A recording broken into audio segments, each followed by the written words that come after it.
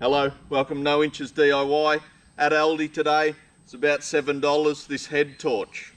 Gonna give it a little test out.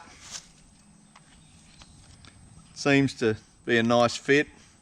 It's got all these it's got bright, not bright, flashing and off. What's it on now? Off. All right. So when I'm not making very high quality video content, I'm actually a miner. And I mining engineer. Don't have a head torch, so I'm going to see, will this fit on my helmet?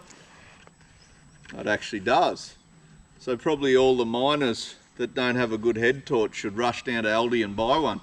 All right, I'm going to go in my container now. I'm going to see how well this actually works in the dark.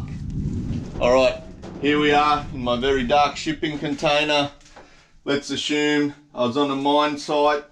I need to pull a gearbox out.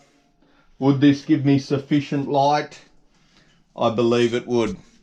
So it's illuminated the whole container. Pretty good deal. Good for camping, probably even good for working. I'm going to take it on my next job, see how I go.